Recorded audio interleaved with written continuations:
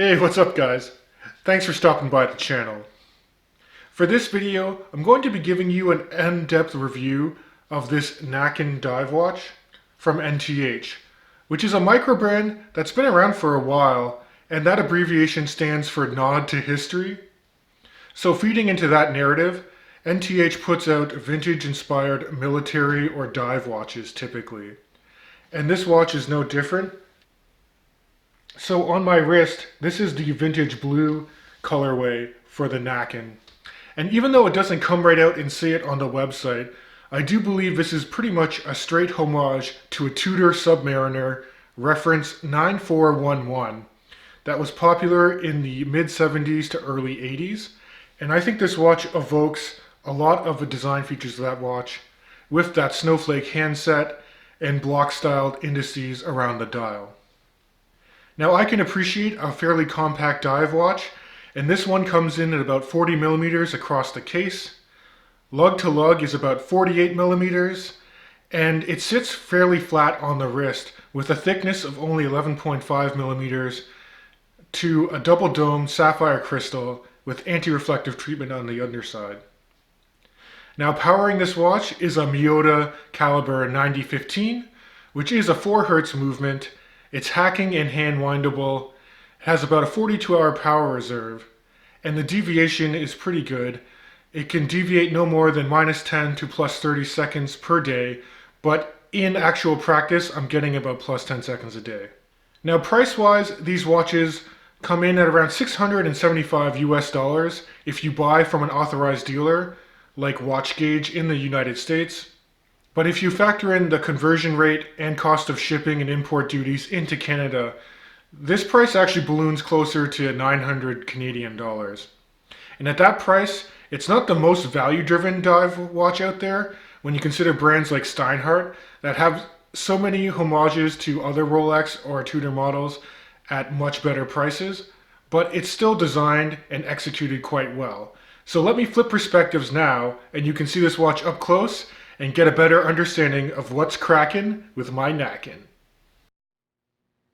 Okay guys, so let's take a closer look at the NTH Nacken Vintage Blue Edition. Now at the start of the video I did mention this is a 40 millimeter case size, and we're going to go in and talk about the design features and the pros and cons of this timepiece. What initially drew me into this watch is the texture on this dial. So actually let's go in at a macro level and take a look at the dial layout. So right off the bat, you can see just how grainy that texture is.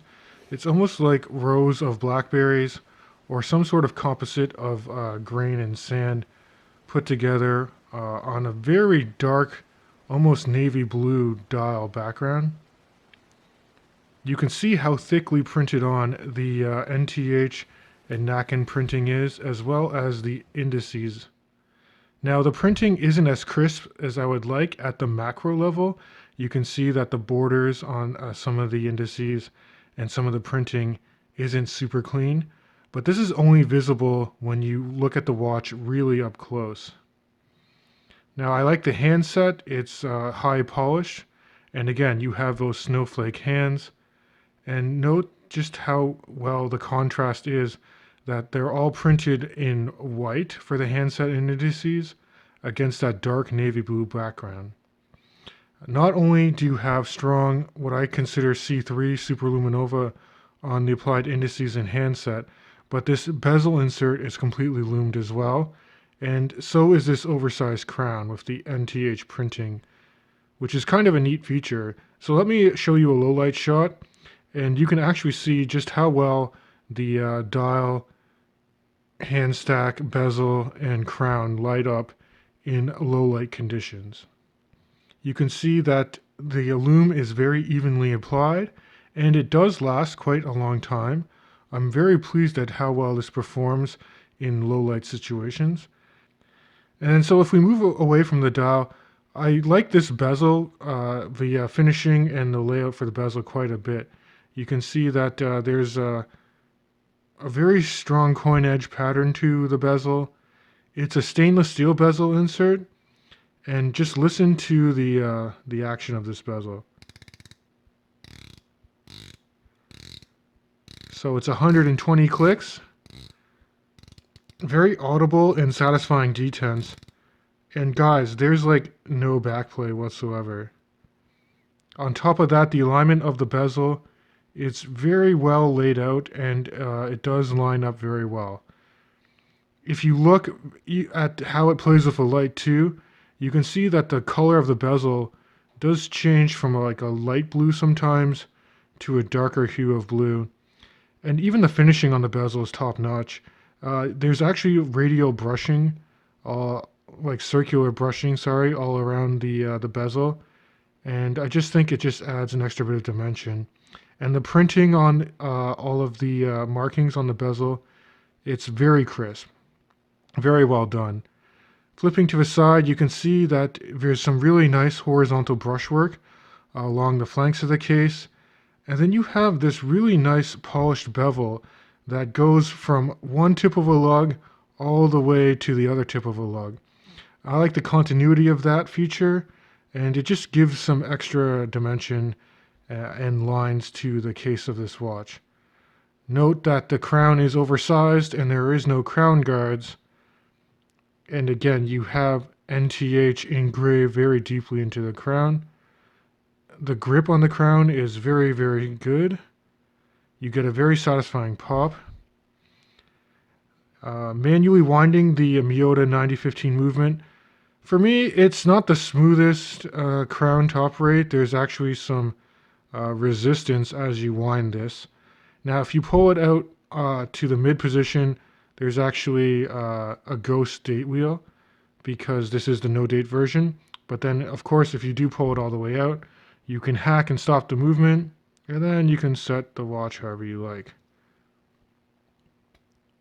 Now, it is quite easy to rethread the crown, and I think they did put some nice seals on the crown tube, so you can be rest assured once this is reseated, you do have that 300 meters rated water resistance.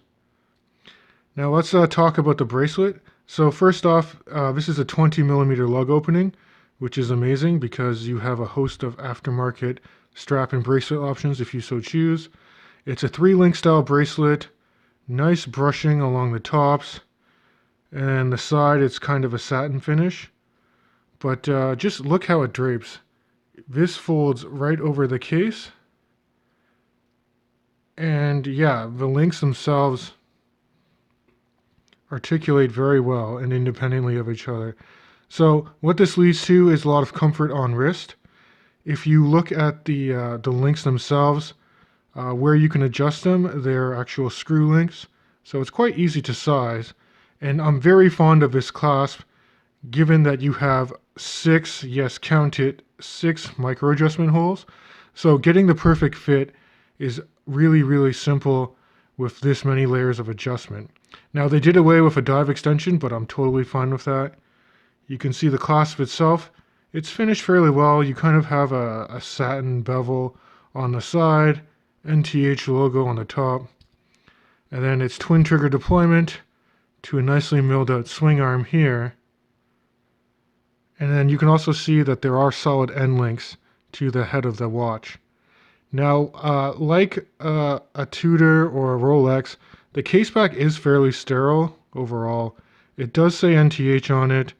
It does tell you that it's automatic and that it's stainless steel.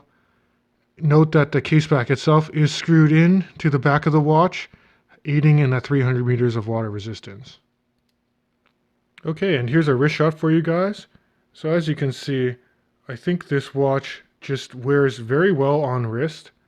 Again, the bracelet is very comfortable. The clasp counterbalance the head of the watch very well. And again, it's pretty low in profile, being 11.1 millimeters in height. And just for reference, here's what it looks like next to my Omega Seamaster Professional. Both excellent dive watches. The Omega is actually 41 millimeter in size, but maybe it's because of the oversized crown. This watch looks proportioned about the same as my Omega. Okay, so time for the wrap-up. So what are the pros of this watch? Well, I do think that it does pay homage to a Tudor Submariner. I actually wish more micro brands if they're going to do a homage piece, would use the snowflake handset and these type of squared off indices. I also really enjoy the fact that the bezel action is extremely well done, and it's a fully loomed bezel. So it's kind of similar to a Tudor Pelagos in that regard, with respect to having really nice loom on the dial as well as a fully loomed bezel. The finish work on the case I think is top notch. You get some really nice transitions between brushed and polished accent along the flanks of the case, on the crown, and even on the clasp of the bracelet. So are there any negative aspects? Well, we have to factor in the price. As I mentioned before, this watch costs close to 700 US dollars, and it's housing a Miyota 9015 movement. For me, even though that the watch is running accurately, I do find there's a bit of resistance when trying to manually wind the Miyota 9015 in this watch. And just a minor comment about the printing on the dial. Again, this looks really good in person and on wrist, but if you do move in at a macro level, you do find the printing isn't as crisp as it potentially could be. But I do think most of that is due to the fact that they're printing onto a really uniquely textured dial. So guys, that about wraps up the review of the NTH Nacken. Please let me know what you guys think in the comments below. And do you guys think that this is the best alternative for a Tudor Submariner? Thanks again for watching, and as always, I'll catch you guys in the next video.